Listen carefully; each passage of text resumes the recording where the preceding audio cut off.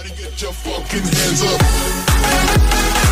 datang di channel Takmir. Jangan lupa like, comment, dan subscribe channel. Subscribe itu gratis.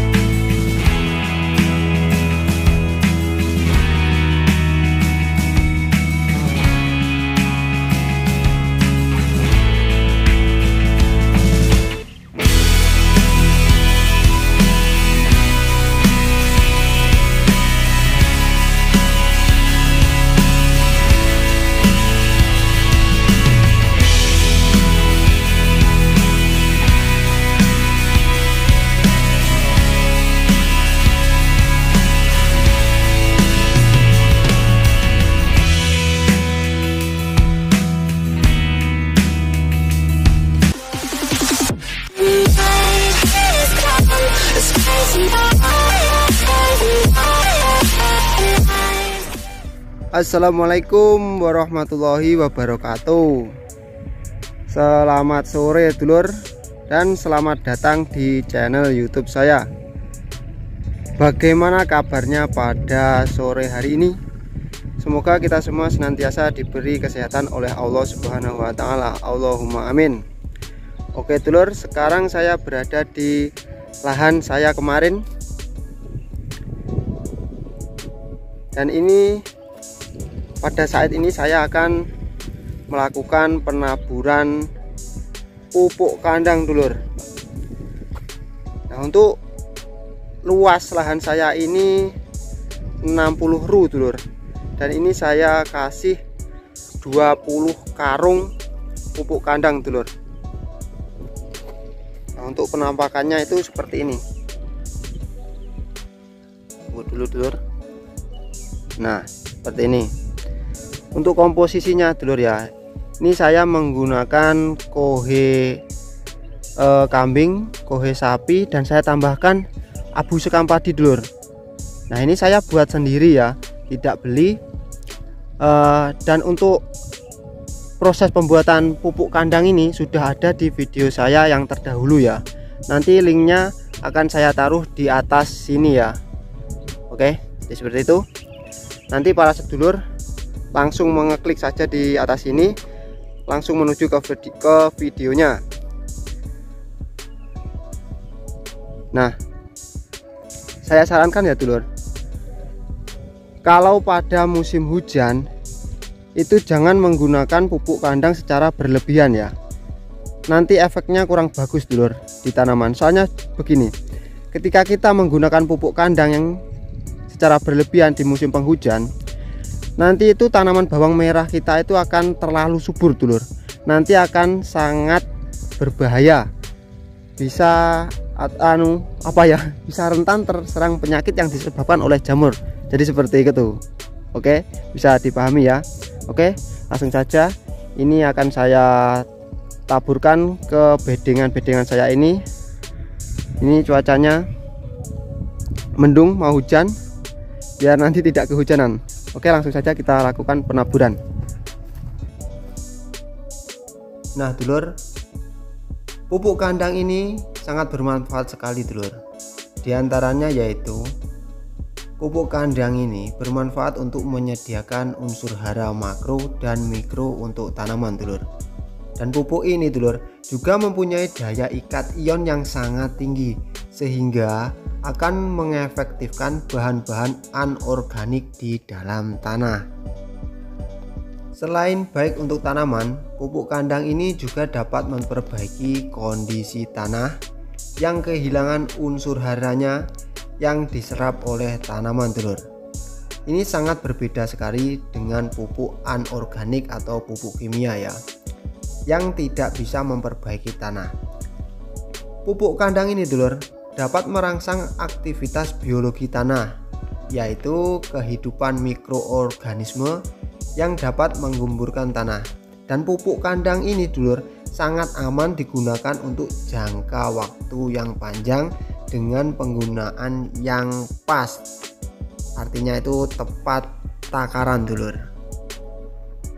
Maka dari itu dulur ya, bagi sedulurku semuanya yang di rumah mempunyai hewan ternak, daripada kotorannya itu dibuang dengan sia-sia, lebih baik kita olah dengan cara dekomposisi, kemudian kita bisa taburkan ke lahan ya dulur, biar tanah kita itu menjadi lebih subur ya.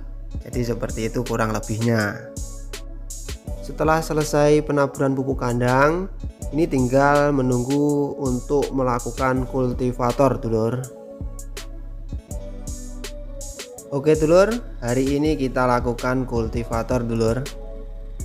Untuk proses kultivator ini saya harus menunggu kurang lebih kemarin itu 1 minggu dulur baru bisa dikultivator, karena dadak pesen dulur, harus antri karena yang punya kultivator di tempat saya itu cuma sedikit.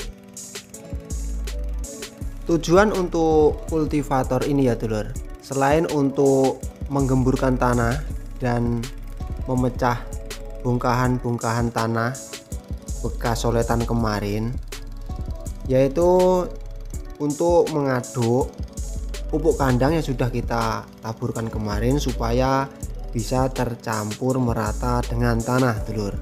Jadi seperti itu. Oke dulur, setelah kita lakukan kultivator, hasilnya kurang lebih seperti ini dulur. Yang awalnya gumpalan-gumpalannya besar jadi lebih kecil, namun sebagian masih ada yang besar seperti ini. Nanti kita lakukan pengecerikan dulur, dan kita lakukan perataan menggunakan cangkul.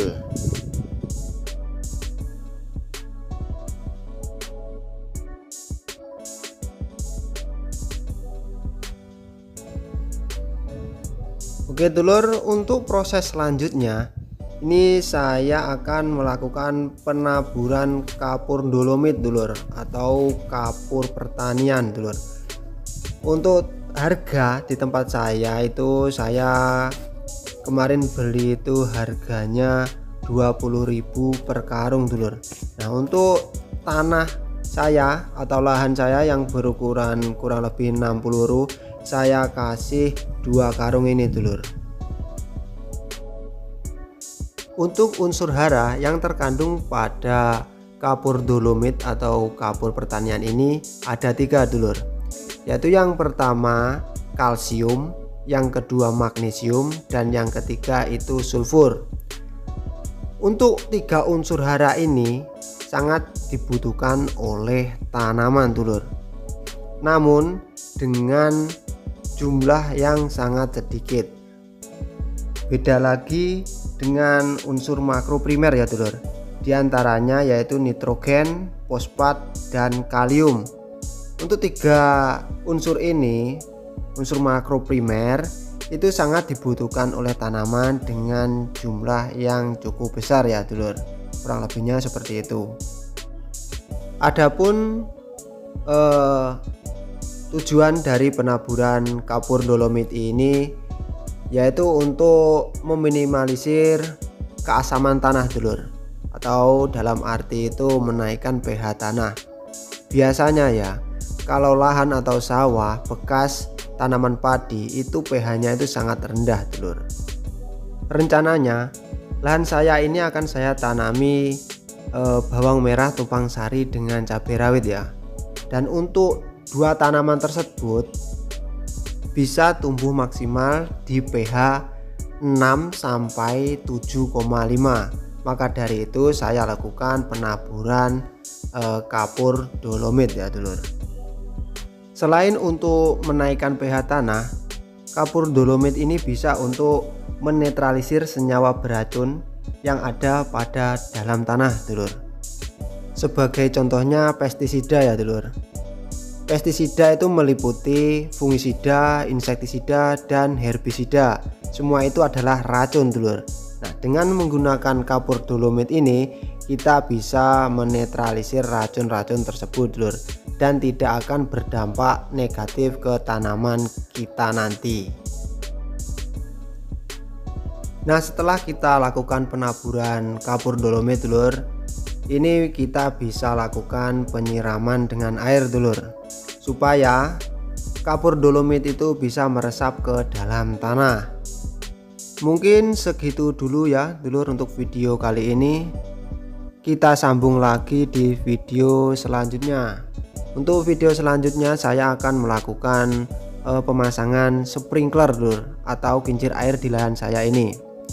Oke, sekian dulu dari saya. Jika ada kata-kata yang susah dipahami, saya mohon maaf yang sebesar-besarnya ya, dulur.